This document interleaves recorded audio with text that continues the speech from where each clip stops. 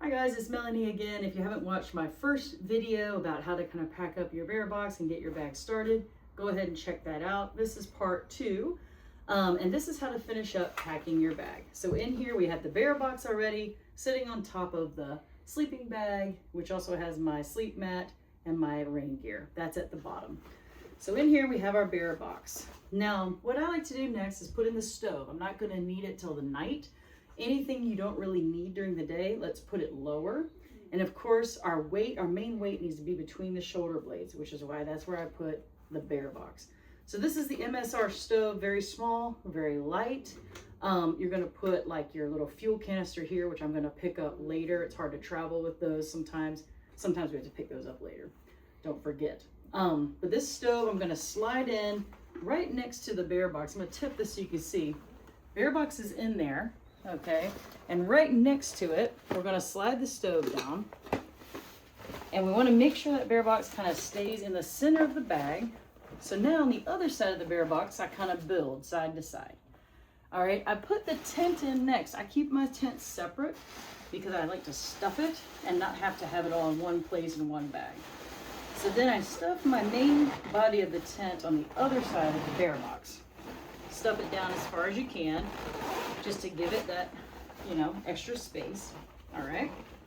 And then on top of that, I do the tent next, and then I do the ground pad. The reason I do reverse order, and again, I'm going side to side of the bear box. So left side, right side, that type of thing. The reason I do reverse order is when you're setting it up, you set it up in reverse order. So you're gonna take out your ground pad first, then your tent, and then your rain fly. Now the cool thing about some of these tents, and I have the Big Agnes 2-person, fairly lightweight. The good thing is some of these tents you can set up in the rain, where you just put the ground pad and then the rain fly, and you can throw your bag in and set your tent up from the inside. That's a really cool feature.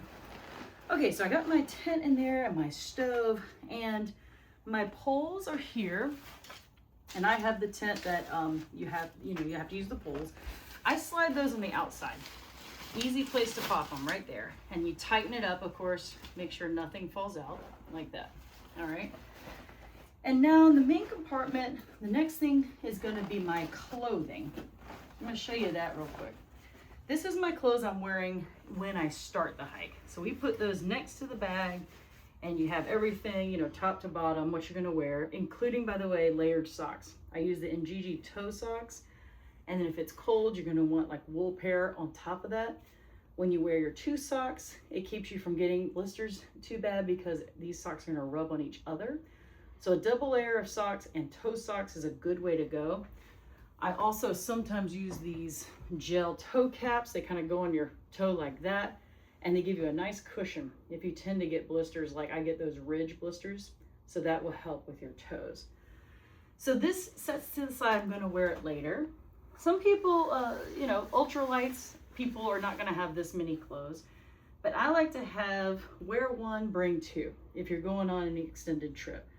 So underwear, socks, bra if you're female, and then you can bring maybe an extra liner, maybe an extra outer pair. Some people will just bring extra liners, use the same outer pair. These are things you can also rinse pretty easily and quickly. I'm also going to have my beanie in there, my little shorts, my bandana. I might actually keep that out because I might use that during the day. And then I have a long sleeve shirt, my sleep clothes, and 2 extra shirts for the trail. Some people, again, just wear 1 outfit, that's it. And some people switch, just 1 for 1. I do 2 for 1. Everything you bring should be non-cotton because, when something gets wet, if it stays wet, it will give you hypothermia. So non-cotton, so it dries really fast, and you put it all in a waterproof bag because you want to have clothes that are dry. This has happened to me before, where you are in the middle of a summer day, it's beautiful, and if you're in the Sierras, you might know what I'm talking about, all of a sudden it's snowing on you in the middle of August. And you want to make sure you pop your tent up, whatever you're going to do to get dry, and you have dry clothes to put on. That's going to be very key for staying alive, is having something dry to sleep in, having something dry to put on. when needed. So I always, my sleeping bag and my clothes go in a dry set for that reason. And as you know, you just kind of stuff them down like that.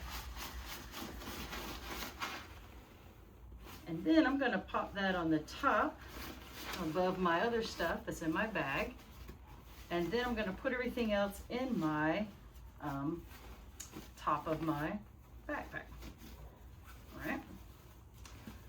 So I'll do that off camera and I'll show you what it looks like at the end. If we want to pause for a second, I'll get this settled and come right back.